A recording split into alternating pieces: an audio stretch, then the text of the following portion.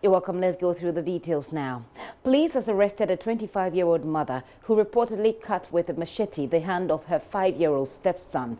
The left hand of the boy will be amputated by doctors at the Cape Coast Teaching Hospital as a result of the cutlass wounds he sustained. Richard Kojonyako has been following the development and he will bring us the very latest. But first, here is a report he filed earlier. On the rotten hand,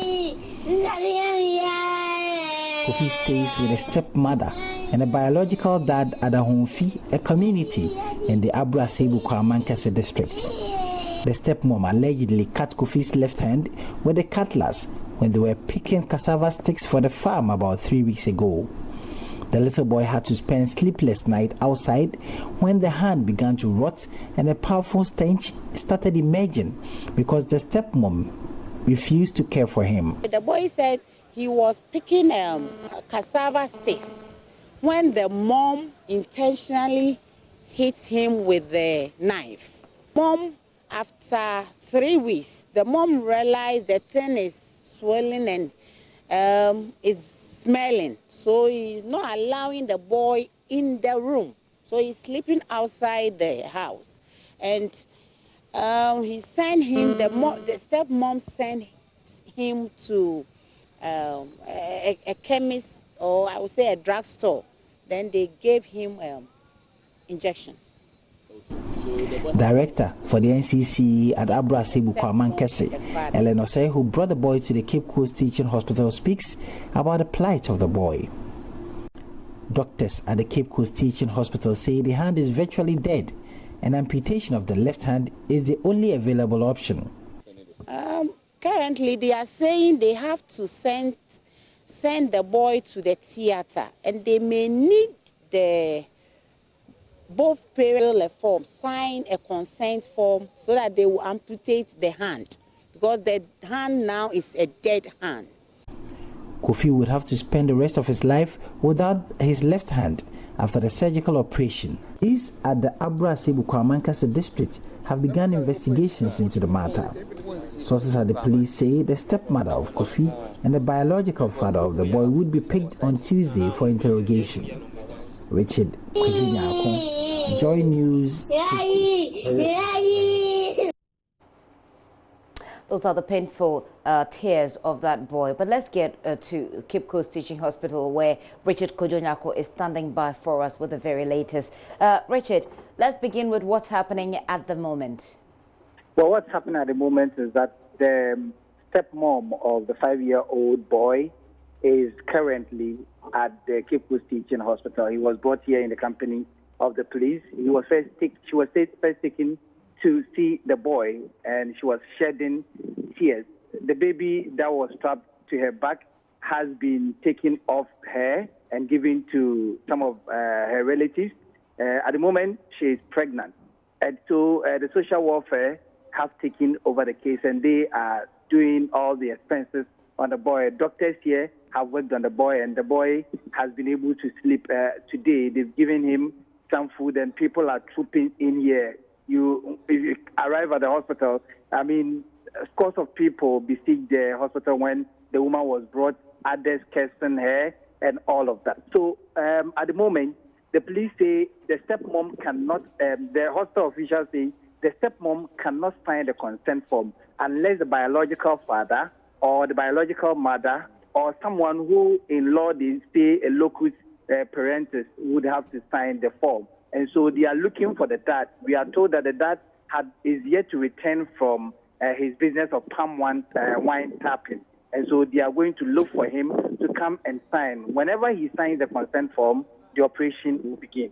And as we wait for the father to come and sign the form, I mean, is the boy at any risk with the weight? Is he at any risk?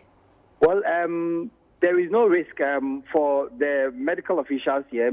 The deal is done. The boy's left hand would have to be amputated, and so currently some medicines and injections have been given the boy to soothe the pain, and they are waiting for the consent form to be signed.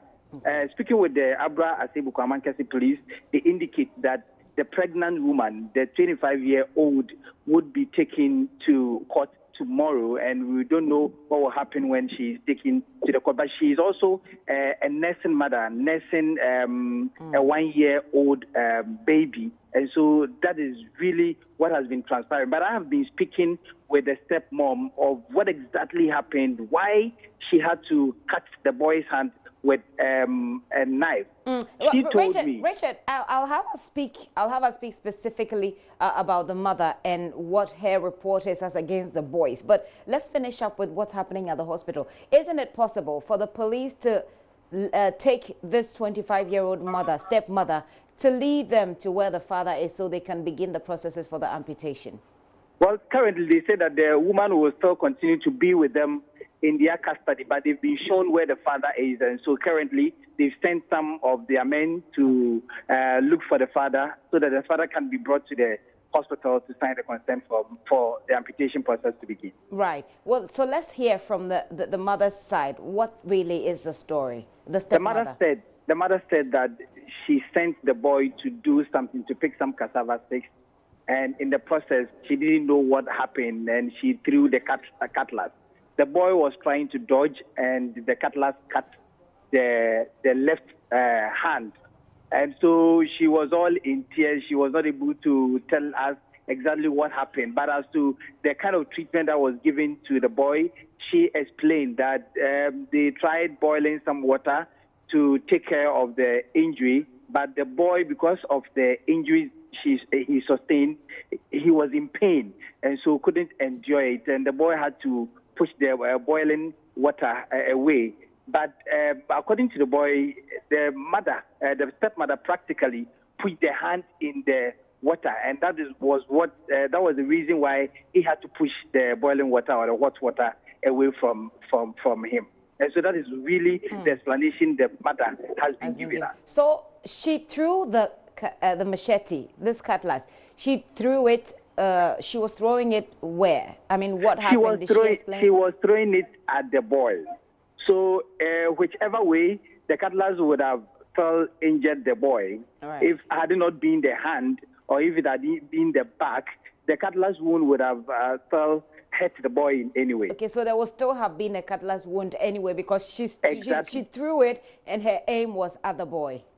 Yes, she said that her aim was at the boy, so she was throwing the cutlass at the boy, and unfortunately, the boy lifted the hand and the cutlass cut the boy's left hand. So in his attempt to protect himself from the cutlass, he used his left hand, which picked up this wound. Yes. How deep a cut was it, Richard? Do you know? Are you able to tell from how far it has deteriorated, how deep the initial cut was?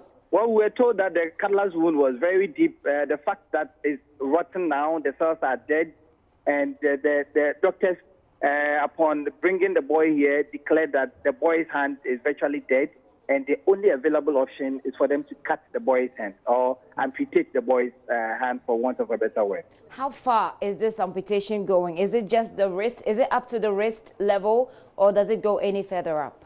Yeah, it goes further up. The boy is unable to lift the hand. The hand is just hanging around the body. And so it's eating deep into, and that is why the woman had to send the boy out in the night, preventing the boy from sleeping in the room. And so the boy had to sleep outside for some days because of the stench coming from out of the rotten hand. Right, let's wrap up with this conversation with the charge. What charge is the police leveling against the mother, and how far with the investigations? Well, the police are here to speak with the media. I spoke with the police commander, John Akonde. He says that they have now sent a situational report to the regional police command, and they will make the statement, what exactly the woman puts on the paper, known to the media men that are available. So we are waiting for the charge the police will put on the head of the woman, and then we will communicate it. All right. Richard Kojonyako, thank you very much for that update there. That's basically the word of the child versus the mothers. We'll see how it goes. Now, the